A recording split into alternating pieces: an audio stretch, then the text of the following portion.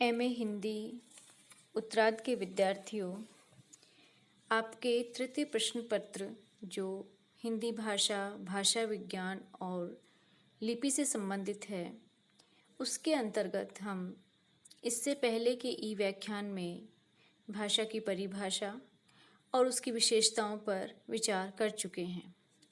भाषा की विशेषताओं में कुछ और पॉइंट्स रह रहे थे जिन पर आज आपको समझाया जाएगा संक्षेप रूप में। भाषा की जो विशेषताएं हम पढ़ चुके हैं, आपको विदित होगा। भाषा के पहले लक्षण में हमने माना था यादृच्छिकता, अर्थात जैसा अर्थ माना हुआ होता है। भाषा का दूसरा लक्षण था सृजनात्मकता, अर्थात भाषा सृजन करती है। उससे हम शब्दों के आधार पे वाक्यों से पैराग्राफ से पुस्तक आदि के रूप में वो परिवर्तित हो जाता है। भाषा की तीसरी विशेषता मैंने आपको बताई थी कि अनुकरण ग्राह्यता इसकी महत्वपूर्ण अभिलक्षण है, इसकी प्रकृति है। अनुकरण के द्वारा ही भाषा सीखी जाती है।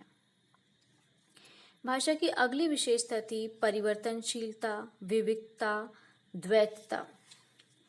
अब जो हम आज आपको जिन विशेषताओं के बारे में बताऊंगी, उनमें है भूमिकाओं की परस्पर परिवर्तनशीलता या परिवर्तनीयता, अर्थात भाषा में वक्ता और श्रोता की भूमिकाओं में परिवर्तन होता रहता है। जब हम बातचीत करते हैं तो वक्ता और श्रोता की भूमिकाएं बदल जाती हैं। वक्ता बोलता है और श्रोता सुनता है, फिर श्रोता उत्तर देता है और अपनी प्रतिक्रिया व्यक्त करता है, तो वह श्रोता ने होकर के वक्ता बन जाता है और जो प्रथम वक्ता होता है वो श्रोता बन जाता है। यही जो भूमिकाओं की अदला बदली है या क्रम परिवर्तन है, उनकी परस्पर परिवर्तनीयता कहलाती है और ये मानव भाषा में ही देखी जाती है। यो अनेक मानवेतर प्राणियों में भी, जैसे बंदर, मधुमक्खी आदि भाषाओं में भी अभिलक्षण मिलता है, लेकिन बहुत थोड़ा सा और बहुत लंबे समय तक नहीं, और वो भी कुछ ही प्राणियों में मिलता है। अर्थात ये मानव भाषा का एक विशिष्ट अभिलक्षण है। दूसरी इसकी विशेषता है इससे बाद की कि अंतरणता, अर्थात इसमें अंतरणता से तात्पर्य है कि ये आगे तक चलती है, परिवर्तित होती है। कुछ अपवादों को छोड़कर मानवेतर जीवों की भाषा केवल वर्तमान विषय में ही सूचना देती है, भूत भविष्य के विषय में नहीं। लेकिन जो मानव भाषा होती है वो वर्तमान काल में प्रयुक्त होते हुए भी भूत और भविष्य के बारे में कहने में समर्थ है।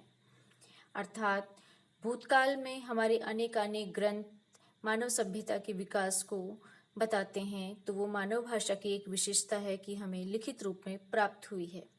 इस तरह से मानव भाषा कालांतरण कर सकती है।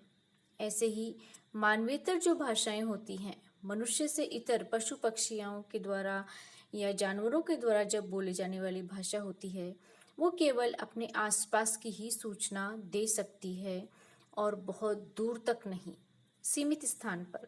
किंतु मानव भाषा इसमें समर्थ होती है और इस तरह से वह स्थानांतरण कर सकती है। इस प्रकार वह स्थान और काल का अंतरण भी करके आगे तक पहुंचती है और ये मानव भाषा का एक महत्वपूर्ण अभिलक्षण है। ये अन्य मानवेतर भाषाओं से इसको अलगाता है, इसको एक विशिष्ट पहचान देता है। मौखिकता और श्रव्यता, मानव भाषा की एक अगली विशेषता है मौखिकता और श्रव्यता। मानव भाषा मुंह से बोली जाती है और कान से सुनी जाती है, इसको सभी जानते हैं।